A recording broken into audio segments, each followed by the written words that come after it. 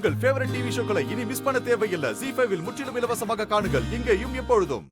இப்ப இந்த பிரச்சனையை வச்சு ஆனந்தி எங்க அம்மா வேண்டான்னு சொன்னா நான் என்ன பண்ணுவேன்? இப்ப இதுக்கும் ஆனந்தி வாழ்க்கைக்கு என்ன சம்பந்தம் இருக்கு? தேவையில்லாம ரெண்டையும் சம்பந்தப்படுத்தி பேசாதீங்க. அது மட்டும் இல்லாம நீங்க நினைக்கிற அளவுக்கு இது ஒன்றும் பெரிய பிரச்சனை எல்லாம் இல்ல. அதை புரிஞ்சுக்கோங்க. போங்க. உங்களுக்கு எப்படி சொல்லி புரிய வைக்கிறதுன்னே எனக்கு தெரியல. தூங்குறவங்கள எழுப்பிடலாம், ஆனா தூங்குற மாதிரி நடிக்கிறவங்கள அவங்கள எப்படி எழுப்புறது? அந்த மாதிரி தான் இப்ப நீங்களும் இருக்கீங்க. இங்க பாரு தம்பி, நீ யோசிக்க வேண்டிய எல்லாத்தையுமே உன் இடத்துல இருந்து ரேணுகா யோசிச்சு பேசிக்கிட்டு இருக்கா. அவ சொல்றத கொஞ்சமாவது புரிஞ்சு நடந்துக்கடா. அட, நீங்க ஒரு ஆள் மதனி. யோசிக்கிற இடத்துல இருந்தாதான் இவர் எப்பவோ யோசிச்சிருப்பாரே. ஆனா இப்போ இது ஒண்ணு கெட்டு போகல. இப்ப கூட உட்கார்ந்து நிதானமா யோசிச்சு ஒரு நல்ல முடிவா எடுக்கலாம். ஏன் சொல்றேன்னா, இனிமே இவர் அந்த வீட்டுக்கு போறது இவருக்கும் நல்லதில்ல, இவர் தெய்வமா யோசிக்கிற அந்த ஐயாவுக்கும் நல்லதில்ல.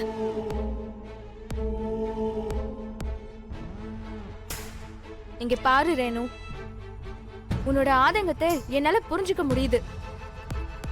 ஆனா தயவு செஞ்சு என் அண்ணனை பத்தி இப்படி எல்லாம் பேசாத பிளீஸ். ஆனந்தி, நீ உன் அண்ணனை விட்டு கொடுக்க முடியாம பேசுற.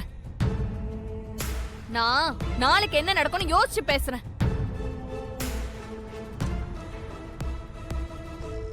இப்ப கூட நான் உங்களை வெறுத்தெல்லாம் ஒன்னும் பேசலங்க. எனக்கு உங்களை பத்தி யாரும் எதுவும் தப்பா பேசக்கூடாது, அவ்வளவுதான். பார்த்து இருந்துக்கோங்க. இவ ஒருத்தி ஒண்ணுமே இல்லாத பிரச்சனையை பெருசா கற்பனை பண்ணி பேசிக்கிட்டு போயிட்டு இருக்கா. டேய் நில்றா. அவ சொல்லிட்டு போனதுல என்னடா தப்பு இருக்கு? இதுக்கு மேலே நீ அவ சொல்றத கேக்கலன்னு வச்சுக்கோயேன், உன்னோட வாழ்க்கையோட சேர்ந்து ஆனந்தியோட வாழ்க்கையும் தான் பாழா போகும். போதும், நிறுத்துங்க. இதுக்கு மேல யாராவது அவனை பத்தி பேசுனீங்க அவ்வளவுதான். அப்புறம் நான் மனுஷனாவே இருக்க மாட்டேன். எப்போ மனுஷனா இருந்திருக்க? டேய் வேளா, நீ உள்ள போ. அண்ணே, யாரு என்ன பேசினாலும் கவலை இல்ல.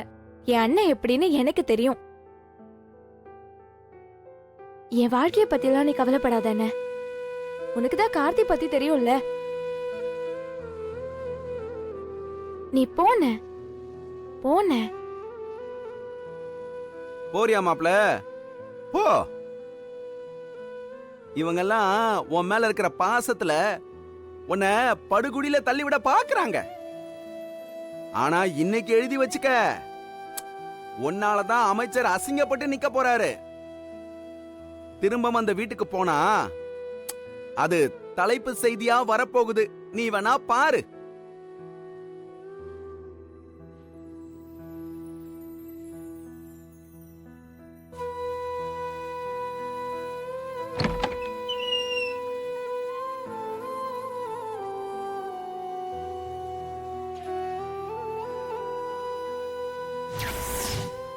உன்னாலதான் அமைச்சர் அசிங்கப்பட்டு நிக்க போறாரு. வேலு, பாத்தியா என் தம்பி எப்படி தலை குனிஞ்சு நிக்கிறான்னு பாரு. நீ யார் மேல அதிகமான நம்பிக்கை வச்சிருக்கியோ அந்த வேலுவாலதான் உனக்கு பிரச்சனையே. அவனாலதான் நீ பெரிய துன்பத்துக்கு ஆளாக போற.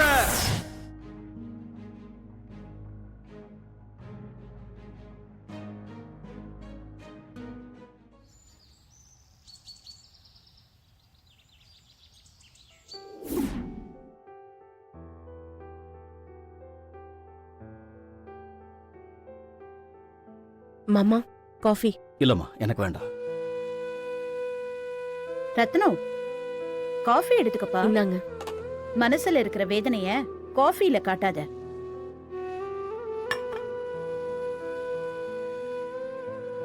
பாத்தியா ரத்னம், நீ காஃபி குடிக்கல என்னதும் சின்னவனும் கீழே வச்சுட்டான். இப்படியே இருந்தா என்னத்துக்குப்பா ஆகுறது? அதெல்லாம் ஒண்ணும் இல்லக்கா, அந்த விஷயத்தெல்லாம் நான் மறந்துட்டேன். மறந்துட்டேன்னு உன் வாய் தான் சொல்லுது. உன் மனசுல இப்போ எவ்வளவு கவலை இருக்குன்னு எனக்கு தான் தெரியும். என்னக்கா பேசுறீங்க நீங்க? நான் ஏன் கவலைப்பட போறேன்? யாரோ 4 நியூஸ் சேனல்காரங்க போடுற செய்தியை பார்த்து மனசுடைஞ்சு போறவனா நானு? நீ உன்னை பத்தி மட்டும்தான் ரத்னம் யோசிக்கிற. நான் இந்த ஊரு உலகம் இதெல்லாம் என்ன பேசுங்கிறத நினைச்சு கவலைப்பட்டுக்கிட்டு இருக்கேன். அக்கா, ஊருக்கு 1000 வாய்க்கா. ஒவ்வொருத்தரும் ஒவ்வொரு விதமா பேசுவாங்க. எல்லாத்துக்கும் நான் பதில் சொல்லிட்டு இருக்க முடியாது. உனக்கு எப்படி சொல்லி புரிய வைக்கிறதுனே எனக்கு தெரியல ரத்னம். இது அரசியல் பிரச்சனை இல்ல, நம்ம பொண்ணோட வாழ்க்கை பிரச்சனை. என்னதான் இருந்தாலும் வேலு கூட நம்ம வள்ளி ஒரு ராத்திரி முழுக்க. அக்கா, தயவு செஞ்சு இன்னொரு முறை வேலனை பத்தி தப்பா பேசாதீங்க. அந்த சூழ்நிலையில வேற யார் இருந்திருந்தாலும் அப்படிதான் நடந்திருக்கும். அதென்ன மரக்கதவா எட்டி உதச்சு அப்படியே வெளியே வர்றதுக்கு? அது இரும்பு ஷட்டர்க்கா. அங்க நெட்வொர்க் வேற இல்லன்னும் போது வேற என்னதான் செய்ய முடியும்? அண்ணன் தான் இவ்வளவு சொல்லுது இல்ல, பேச்ச விடுக்கா.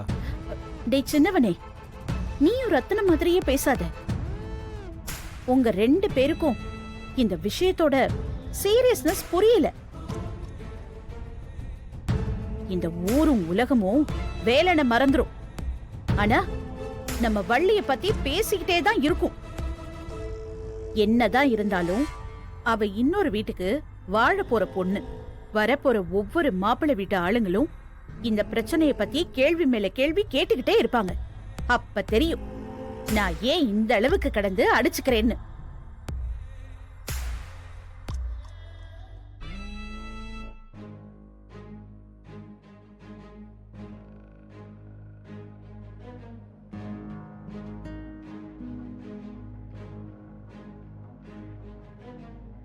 வள்ளி,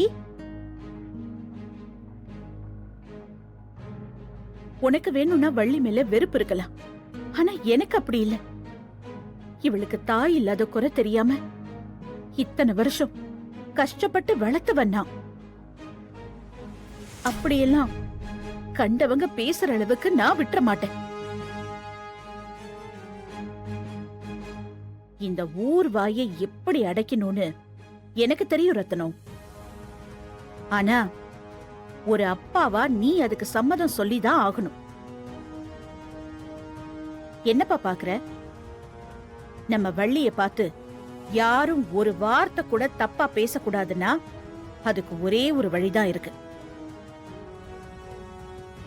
அவளுக்கு சீக்கிரம் கல்யாணத்தை பண்ணி வச்சே ஆகணும். ஜீ5 ஆப்பை டவுன்லோட் செய்து அனைத்து எபிசோடுகளையும் இலவசமாக பாருங்க.